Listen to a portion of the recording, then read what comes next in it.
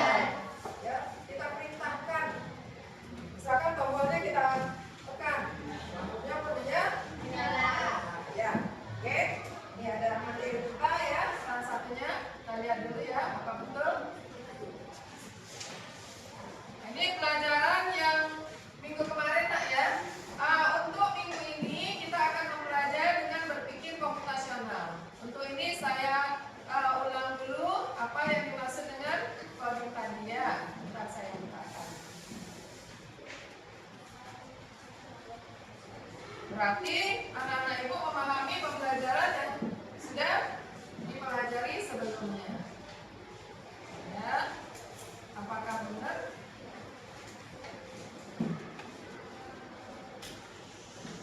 Oke. Bisa dilihat? Coding adalah cara memberikan perintah kepada komputer menggunakan, ya, lihat, bahasa yang dikenal dan dimengerti oleh komputer itu sendiri, ya. Oke, contohnya adalah jika tombol ditekan maka lampu menyala. Oke, salah satu manfaat coding adalah melatih logika dan berkreativitas.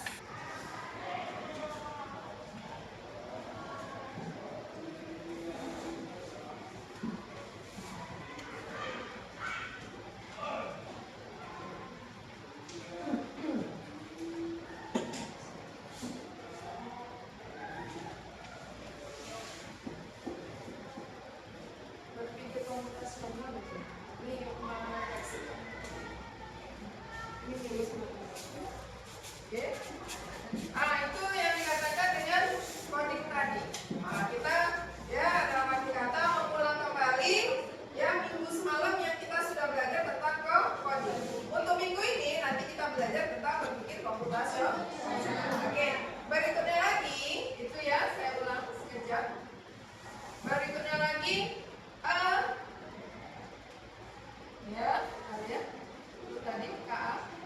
Tadi materi kita minggu semalam coding dan kecerdasan artifisial. Oke. Berikutnya, kecerdasan artifisial itu apa? Siapa bisa? Saya ulang sebelum masuk materi baru. Siapa? Ayo. Yang belakang. Kita.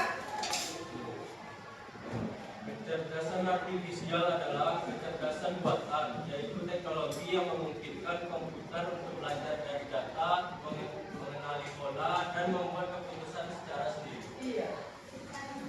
Berarti di sini adalah kecerdasan artifisial adalah kecerdasan buatan.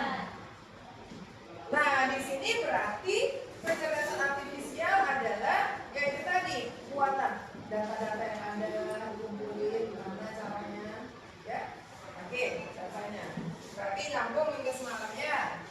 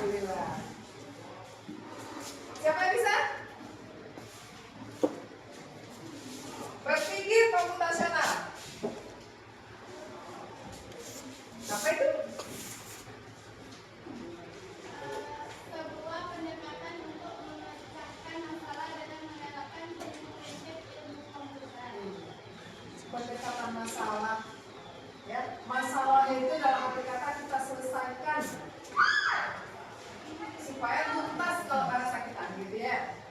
Setiap manusia itu pasti punya masa ya, supaya tuntas. Oh ini, misalkan kalian mau berangkat ke sekolah.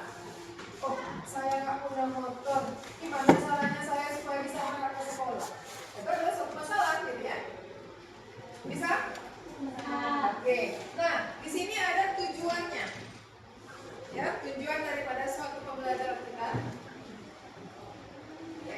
Ya.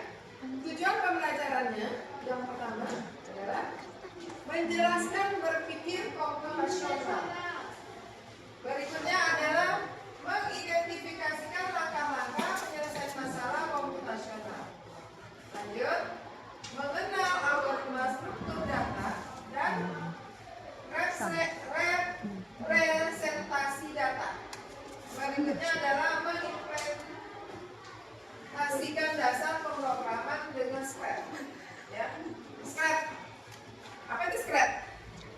Pernah? Sebelumnya itu pernah juga saya ajarkan Scratch. Pernah? Waktu di lab. Apa itu? Belajar pakai apa? Ya. Ya. Apa program apa? Program Scratch itu. Ya kan? Itu tadi. Kita buat aplikasi, ya. Kita menjalankan aplikasi.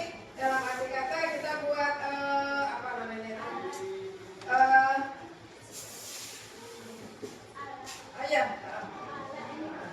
Ya, kita miniatur itu ya. Kita jalankan ya gimana caranya dengan memprogram ya. Oke. Nah, menjelaskan berpikir komputasional itu tadi. Ya. Di sini ada 4 berpikir komputasional. Ya. Ada 4 berpikir komputasional. Coba. Ada yang bisa apa yang berpikir 4 fondasi berpikir komputasional? Yang satu. Yang pertama. Abstraksi. Apa itu abstraksi? Menyaringkan bagian penting dari satu permasalahan dan menyampaikannya tidak menggunakan fokus kepada Iya. Dalam arti kata menyaring masalah-masalah mana yang penting-penting aja dulu gitu. Yang nggak penting nggak usah dicantumkan. Itulah dinyatakan dengan abstraksi. Oke. Berikutnya ada lagi apa? Ya, tunjukkan satu orang. Siapa lagi? Algoritma apa?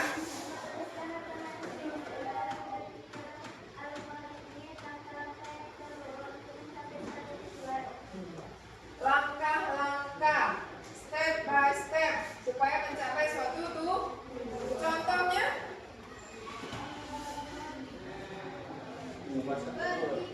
Ya.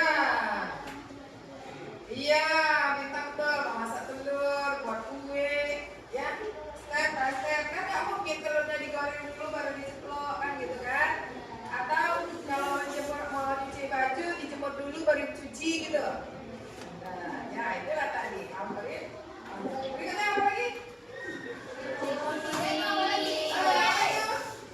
Memecah masalah besar menjadi kecil. Iya. Masalah yang besar tadi menjadi kecil. Yang kecil kalau dapat dihilangkan dalam kehidupan kita sehari-hari, masalah yang besar harus dikecilkan. Masalah kecil kalau dapat dihilangkan. Berikutnya.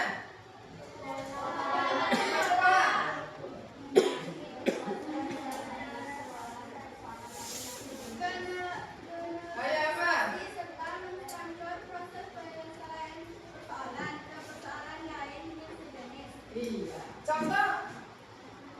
Mengenal wajah. Contoh pengenalan wajah dan jari digunakan dalam Bisa. Oke. Kalau begitu, kalau memang itu berarti kita akan kita tayangkan videonya. Cocok ke apa yang kita bicarakan dengan ada yang ada kita lihat di YouTube ya. Oke.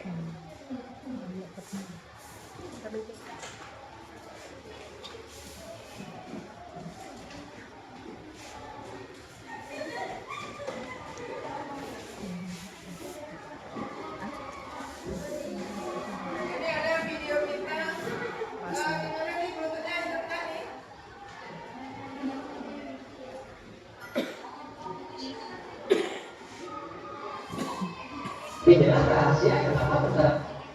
Inilah rahasia kenapa tentara Jepang.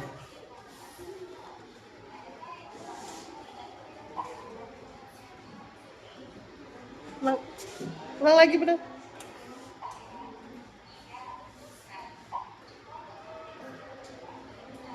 Download aplikasi GoPay, lalu kasih top up dan tanda mulai di Alfamart dan Indomaret. Apa artinya computational thinking atau berpikir komputasional?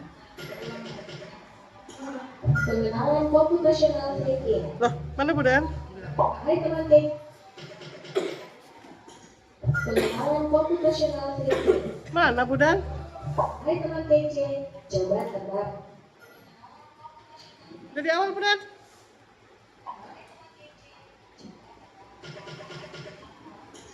Pengenalan computational thinking.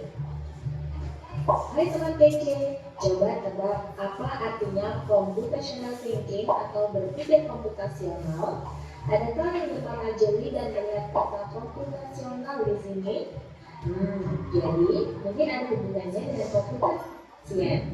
Dalam ilmu komputer, proses berpikir ini dilakukan sebelum mulai menulis coding atau pemrograman. Jika sudah direncanakan dengan baik, maka coding yang ditulis akan sesuai dengan kebutuhan dan dapat diselesaikan dengan cepat dan tepat. Tapi ternyata berpikir komputasional juga bisa dilakukan tanpa komputer dan tanpa internet loh.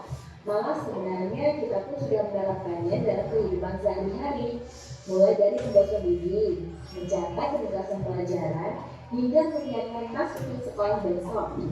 Wah, kalau kita sudah bisa menerapkannya setiap hari, berarti kita semua sudah mahir dong. Belum tentu. Contoh-contoh tadi kan menerapkan berpikir komputasional pada masalah yang sederhana. Masih banyak nih masalah yang lebih kompleks, seperti misalnya mengatur keuangan bulanan, atau yang harus dilakukan kalau kamu tersesat di tempat baru, hingga memilih jurusan dan karir. Lalu yang lebih penting lagi, ketika kamu dewasa nanti, kamu akan menghadapi era industri 4 dan bahkan 5.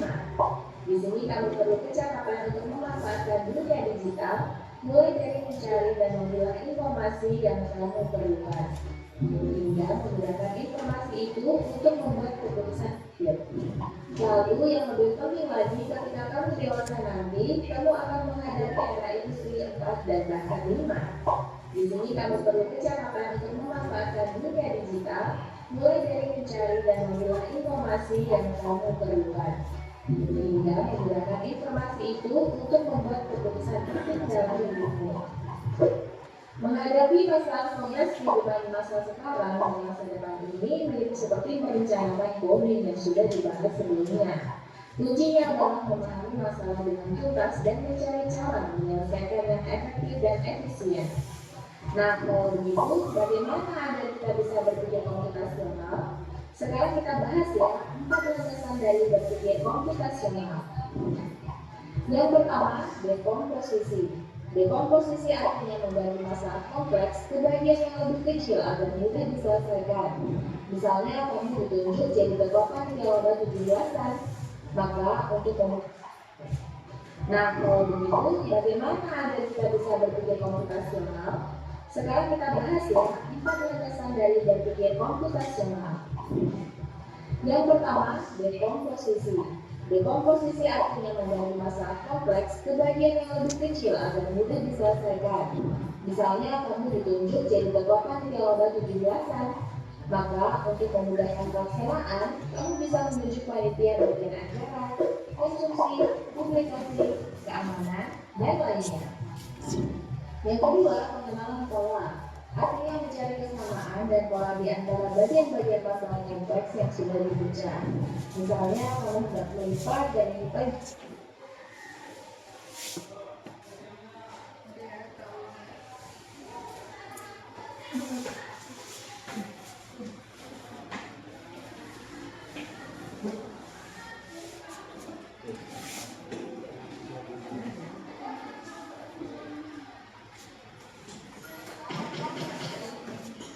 Pengenalan computational thinking. Hai teman TC, coba tebak apa artinya computational thinking atau berpikir komputasional?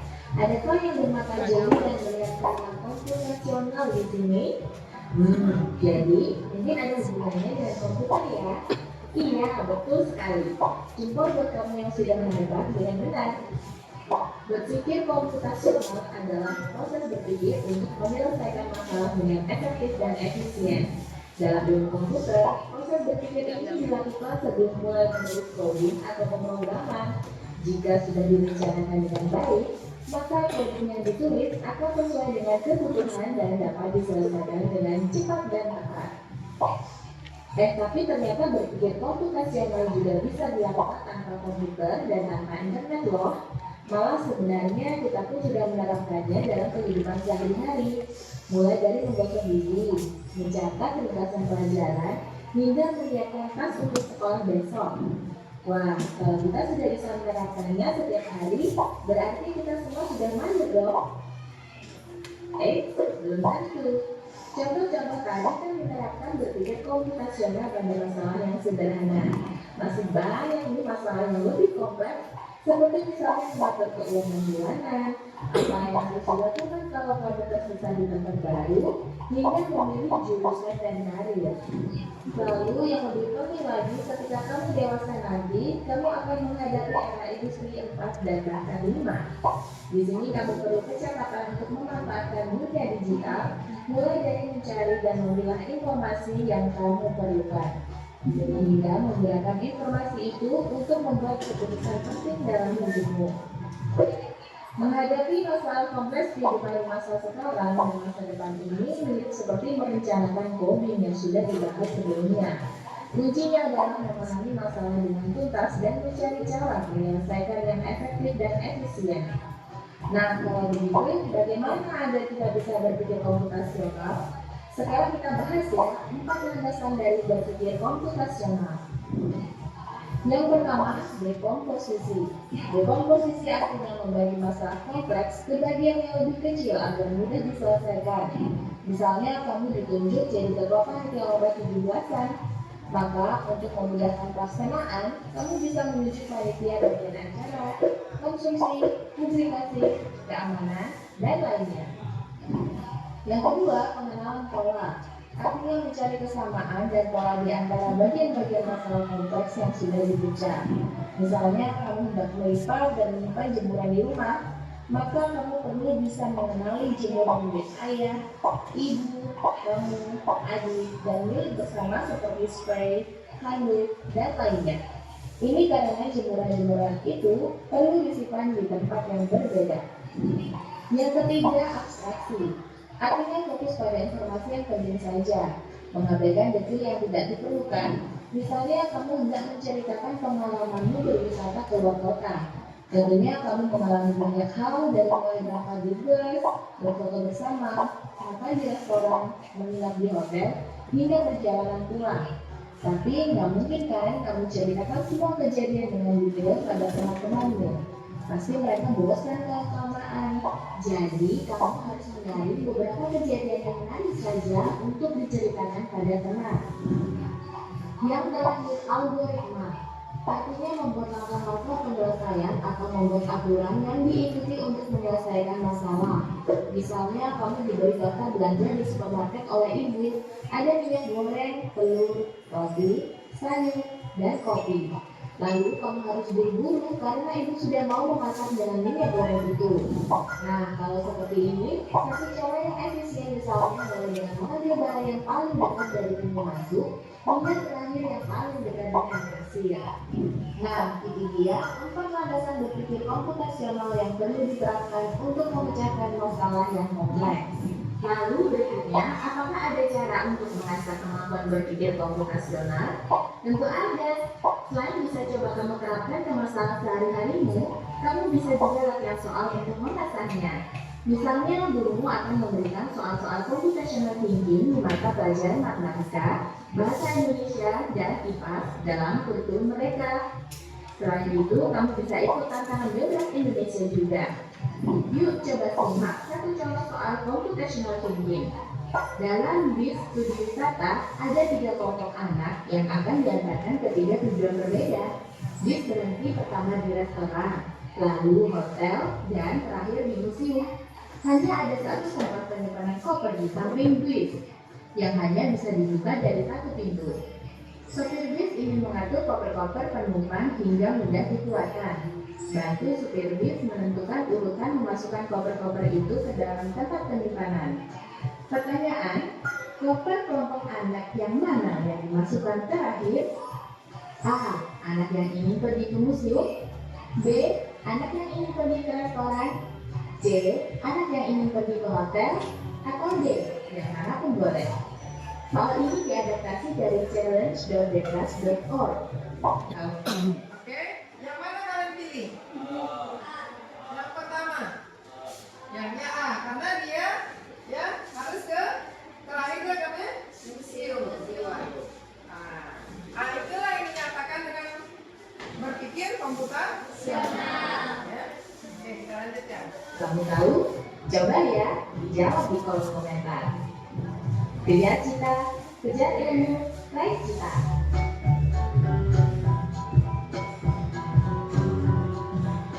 Oke, nah dari sini coba semuanya setiap kelompok nanti ya membuat kesimpulan apa yang dimaksud dengan computational thinking. Ayo, tapi sebelumnya kita istirahat dulu ya. Oke? Kita nyanyi dulu ya, nak ya. Istirahat. Tapi harus semangat ya semua.